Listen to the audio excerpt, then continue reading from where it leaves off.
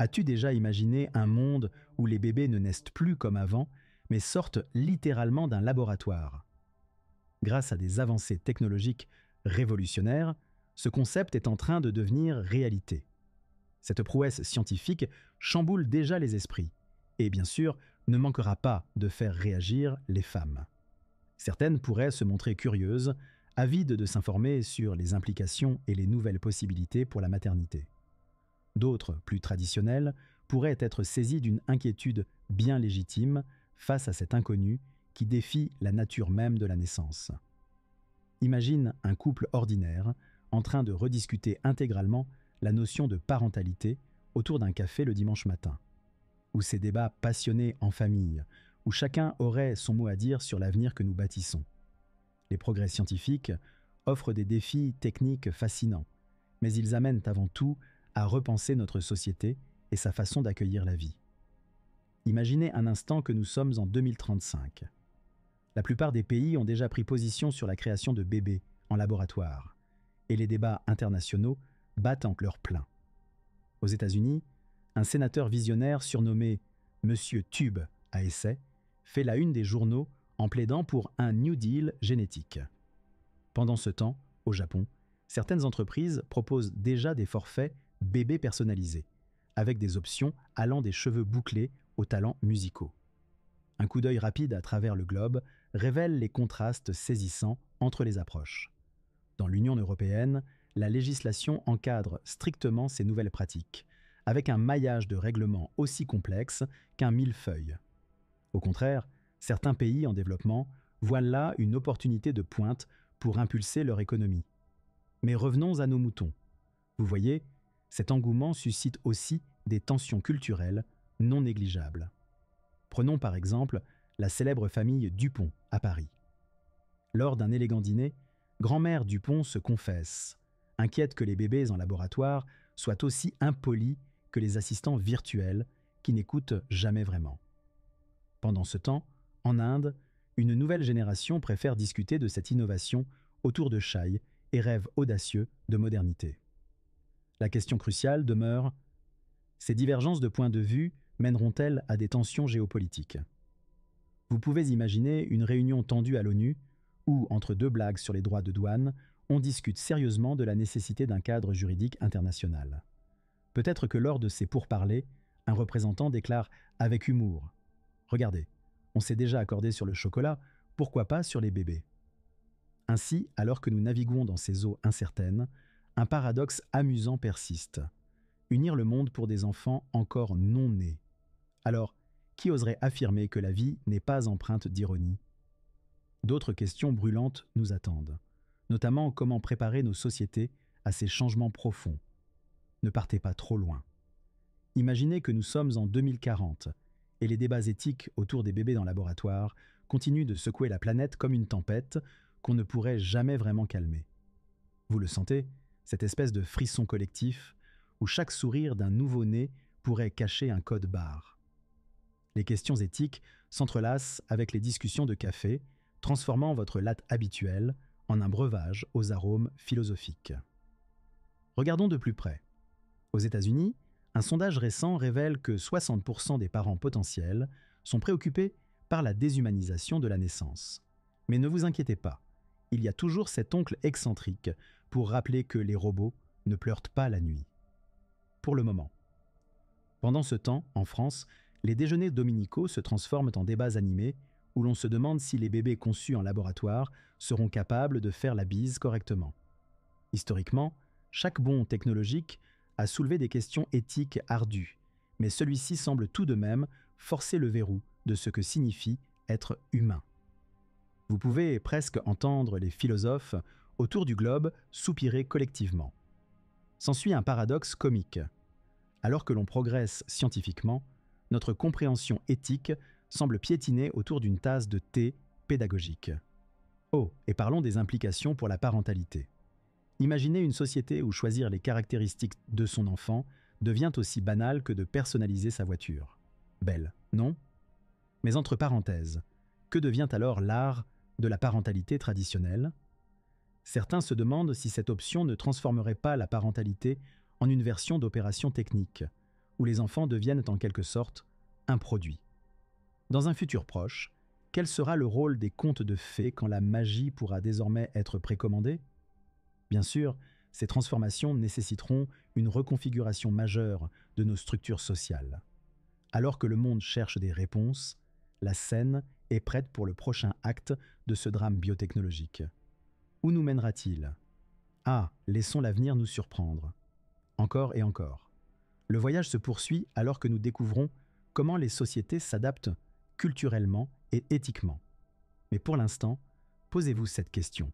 Comment une innovation censée, simplifiée, pourrait-elle redéfinir si profondément la complexité de notre quotidien?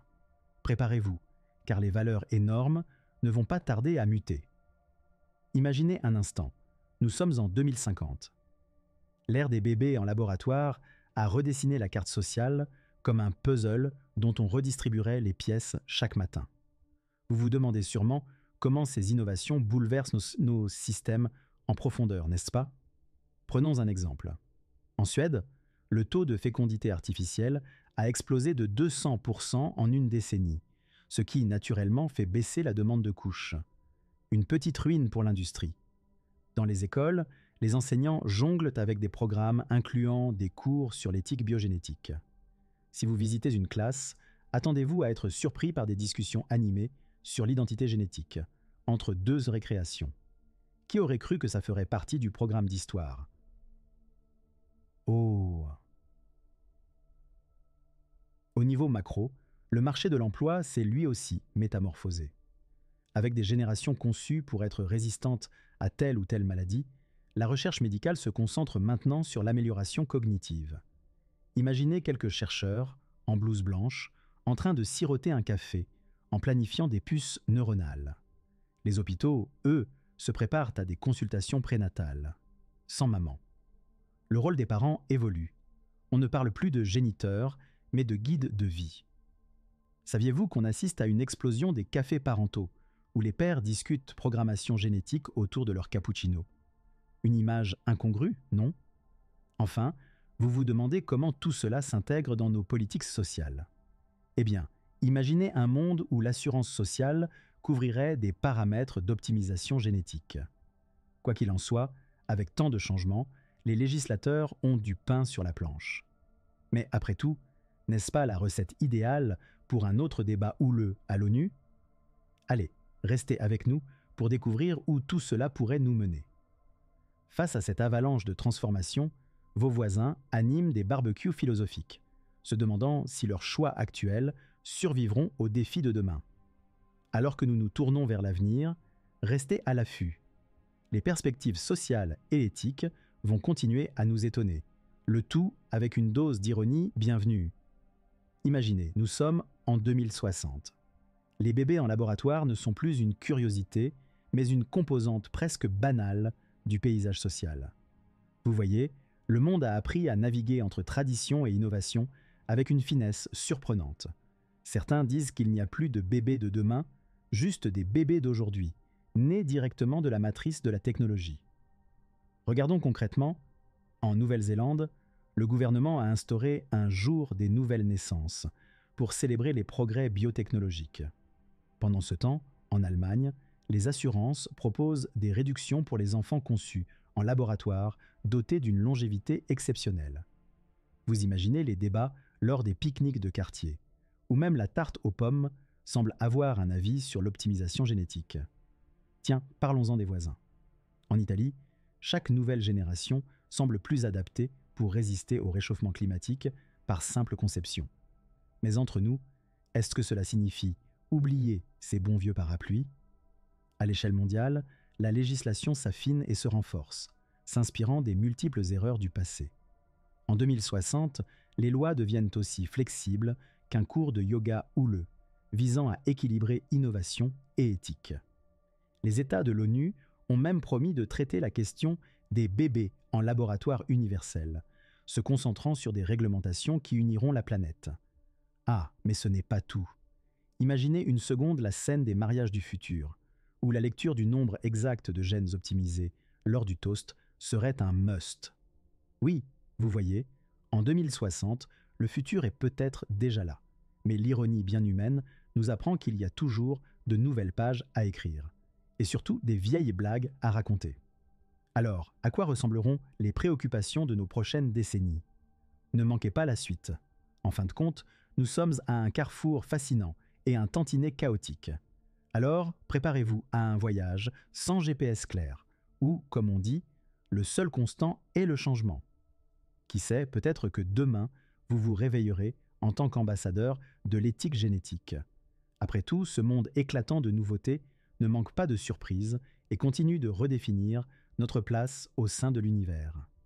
Imaginez un instant, nous sommes en 2070. À ce stade, les bébés en laboratoire ont redéfini notre société bien au-delà de ce que nos ancêtres auraient pu imaginer. Dans ce nouveau monde, un certain équilibre s'est installé entre tradition et technologie, un peu comme si Mozart lui-même dirigeait un orchestre de robots. Étonnant, n'est-ce pas? En plongeant dans la vie quotidienne, considérez la famille Martin à Paris. Leurs jumeaux, conçus en laboratoire, participent à un programme scolaire où les cours incluent désormais une heure de génie numérique. Oui, vous avez bien entendu, des enfants qui codent avant même de savoir nouer leurs lacets. Pendant ce temps, dans les quartiers de Los Angeles, les parents se réunissent pour un troc d'aptitudes, échangeant habilement des conseils sur l'activation et la gestion des talents prédisposés de leurs bambins. Adorablement futuriste, non? Sur la scène internationale, une conférence annuelle des Nations Unies sur la biotechnologie se tient désormais à Genève. En 2070, les pays débattent de questions aussi complexes que la création d'un passeport génétique universel. Une idée qui fait grincer des dents autant qu'elle suscite de l'espoir. Cependant, toute cette avancée technologique ne vient pas sans quelques désagréments. Par exemple, à Tokyo, des manifestations émergent contre les castes génétiques, des mouvements qui dénoncent que les inégalités potentielles de ce nouvel ordre mondial. Entre nous, difficile d'imaginer un monde où la diversité naît dans un bocal, n'est-ce pas?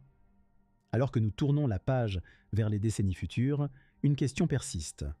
Malgré ces progrès époustouflants, avons-nous vraiment transformé ce rêve audacieux en une réalité bénigne?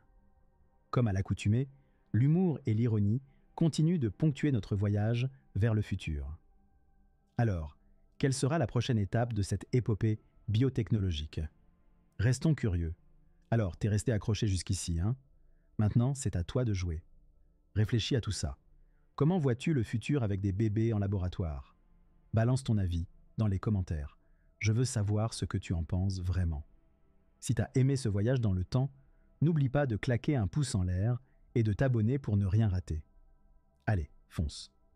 On a encore plein de sujets costauds à explorer ensemble.